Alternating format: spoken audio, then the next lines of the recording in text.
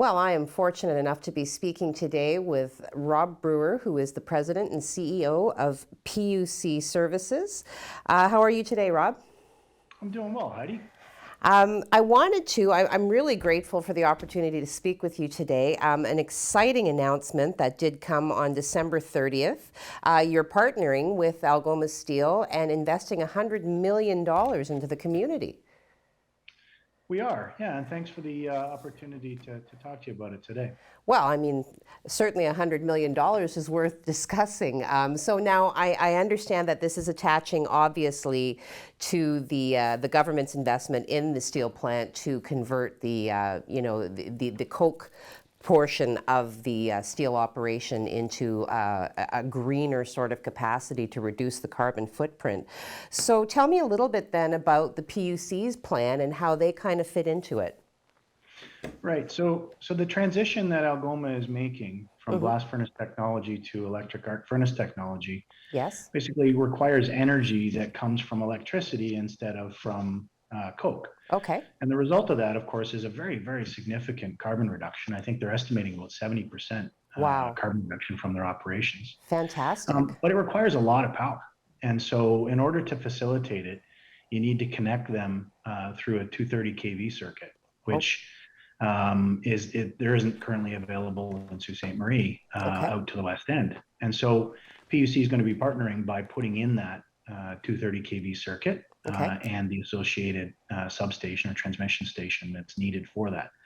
And this is really a huge benefit to the community. I mean, you think about the carbon reduction, you think about the fact that ongoing generations are going to benefit significantly from that. Right. But it also allows us to provide some resilience out to the west end. Right. And so connecting a 230 kV station into the west end gives us some significant resilience Okay. on the distribution side as well. Okay. So understanding then that obviously this is something that has to be built and then down the road presumably maintained.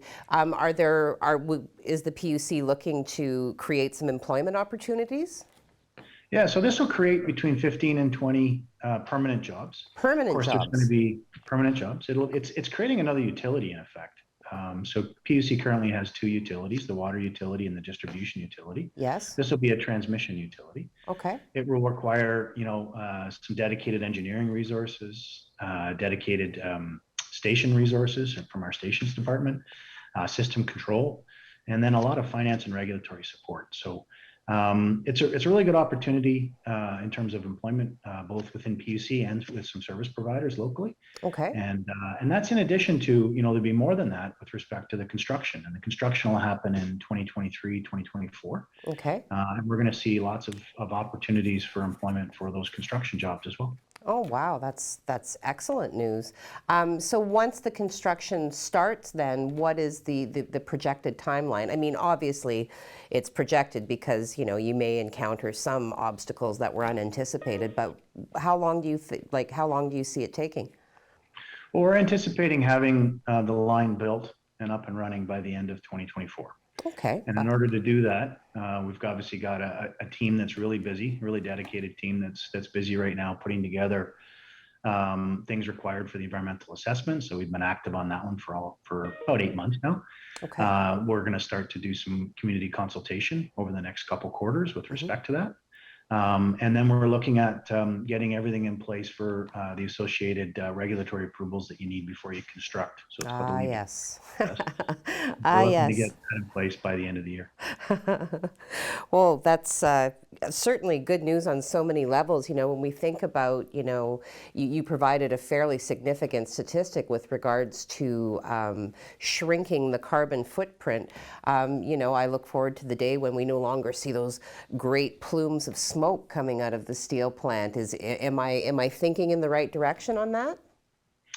Well, I mean, we're the electricity provider. They're the steel makers. But I think if you think about it in terms of the reduction by 70%, Mm-hmm. that's a lot less smoke. Yeah. And I think we can all appreciate. I mean, it's a really significant leadership commitment from Algoma to invest. They're investing $700 million, some with some government support, but also a lot of their own Mm-hmm. in order to make this happen. Right.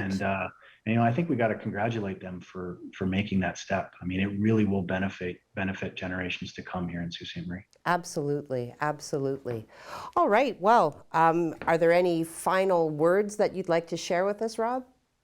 Just the opportunity here in connecting the West End with the 230 kV service also opens up some growth opportunities for the city. And Okay. so one of the things that that we anticipate seeing, and I think Algoma is anticipating as well, is some associated businesses that will locate proximate to where they are, that will need similar types of electricity service, and which will open up significant other job opportunities.